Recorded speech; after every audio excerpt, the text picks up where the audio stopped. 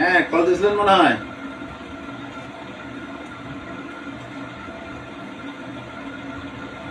হ্যাঁ শুনছি, আমি শহরে ছিলাম তো ভাই, পরে শুনলাম কিছুক্ষণ আগে।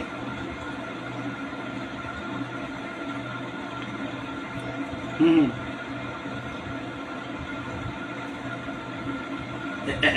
এখনো কি পুলিশের গাড়ি ওখানে আছে?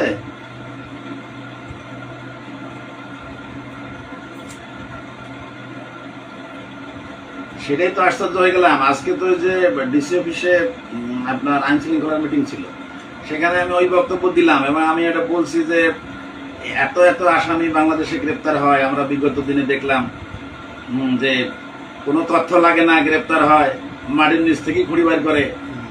আর এখন এত কাহিনী হচ্ছে, ওটা গ্রেপ্তার হয় না, এটা কেমন কথা? হ্যাঁ, না ঠিক আছে, সবই ঠিক আছে। আমি বললাম যে এটা আসলে মনিটরিংটা আরো জোরদার হওয়া দরকার এবং একটু গোয়েন্দা তৎপরতাটা একটু বাড়ানো দরকার। কারণ অহরহ হচ্ছে, একদিন দুদিন পর, একদিন দুদিন পর। না না, সেটাই ঠিক আছে। মহিলার সঙ্গে নিচে ওটা একটা তাদের চালাকি, যে মহিলা থাকলে কেউ সন্দেহ করবে না। এখন দেখেন যে যেখানে গ্যাংয়ের মধ্যে মহিলা পর্যন্ত যোগ দিচ্ছে, তাহলে তো এরা আসলে ভিতরে ভিতরে তৎপরতাটা কত বেশি। দেখলেন আসলে খুবই শক্তিশালী এদের গ্যাং আর কি। না না, সেটা ঠিক আছে, সেটা আমি বলবো। এখন হইলো শোনেন, এখন হইলো যে আপনি এসপি সাহেবকে জানাইছেন কিনা বিষয়টা?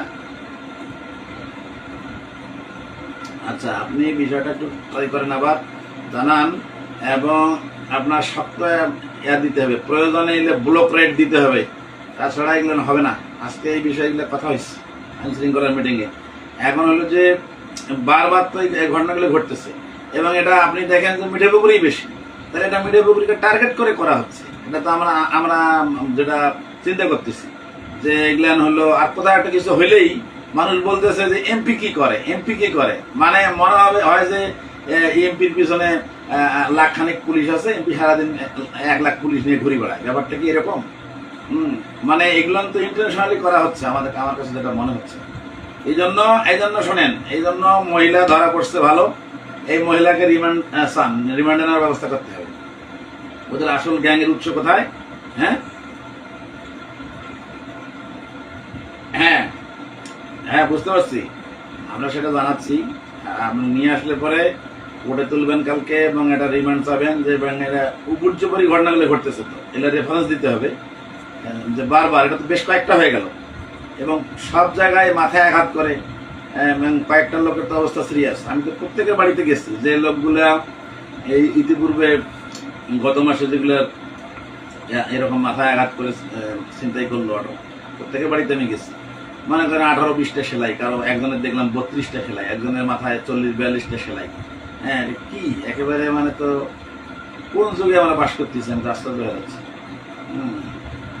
তো এগুলা একটু সিরিয়াসলি আনেন, আমরা দেখি, আমি ফোন দিচ্ছি ওখানে। আচ্ছা আচ্ছা, ঠিক আছে।